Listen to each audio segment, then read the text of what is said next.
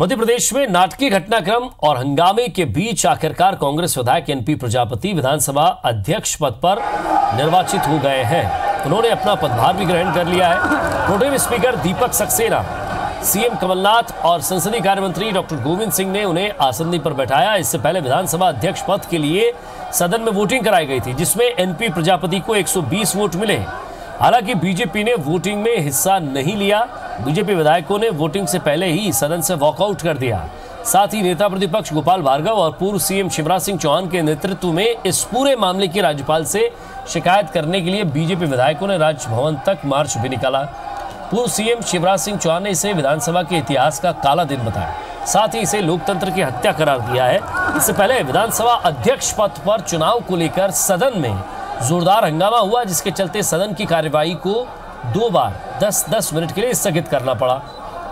दरअसल मंत्री डॉक्टर गोविंद सिंह ने विधानसभा अध्यक्ष पद के लिए एनपी प्रजापति के नाम का प्रस्ताव किया और मंत्री आरिफ अकील ने इसका समर्थन किया। इधर बीजेपी का आरोप है कि उनकी ओर से विधानसभा अध्यक्ष के लिए विजय शाह के नाम का प्रस्ताव रखने ही नहीं दिया गया। बीजेपी के मुताबिक आसंदी से उनके प्रस्ताव को नहीं लिया गया, जिस पर बीजेपी विधायकों ने जमकर हंगामा किया, जिसके बाद 10 मिनट के लिए सदन की कार्रवाई स्थगित कर दी गई। दोबारा जब कार्रवाई शुरू की गई तो प्रोटेम स्पीकर दीपक सक्सेना ने एनपी प्रजापति को स्पीकर घोषित कर दिया, जिस पर विपक्ष ने फिर हंगामा शुरू कर दिया, जिसके चलते फिर से 10 मिनट तक सदन की कार्रवाई स्थगित कर दी गई। फिर से सदन की कार्रवाई जब शुरू हुई तो बसपा विधायकों की मांग और बीजेपी के विरोध को देखते हुए प्रोटेम स्पीकर ने मत विभाजन की व्यवस्था दी, लेकिन बीजेपी ने इसका बहिष्कार कर दिया और सदन से वॉकआउट किया। सीधे राजभवन की वो मार्च करते हुए निकल गए। सीएम कमलनाथ ने विपक्ष के इस व्यवहार को सदन की गरिमा के खिलाफ बताया। देखिए, लोकतंत्र में लोकतंत्र पर विश्वास रखना चाहिए, परंपराओं को आगे बढ़ाना चाहिए। यही सदन की परंपराएं हैं। अब ऐसा क्यों, इसका क्या संदेश जाएगा, ये मैं क्या कहूँ। जो कर रहे हैं उनसे पूछिए। भविष्य में मुझे क्या करना है विधानसभा में, कुछ सपने हैं, सजो के लाया हूँ, आपको दिखेंगे 5 साल में।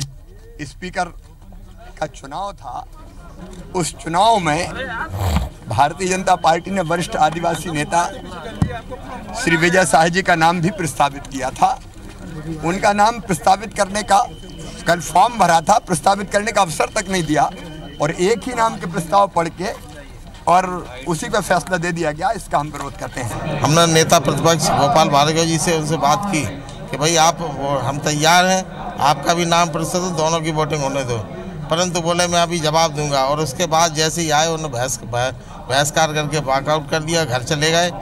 अब ऐसे परिस्थितियों में एकमात्र प्रजापति जी का आवेदन था, उस पर वोटिंग हुई। बहुजन समाज पार्टी के नेता संजीव सिंह ने डिवीज़न मांगा और उनके डिवीज़न मांगने से वोटिंग हुई और हमारे प्रजापति जी को सदन में 230 में से 120 मत प्राप्त हुए।